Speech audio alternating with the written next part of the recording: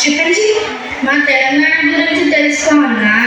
మా తెలంగాణ కళ్ళకు పెట్టిందే పేరు. మా బతుకమ్మ ఆటలు, మేడారం జాతరలు, బోనాల పండగలు, కాకతీయ కోటలు, ఇక మా చార్మినార్లు. అబ్బో గిట్లా చెప్పుకుంటూ పోతే చాలా ఉంది దోసాని.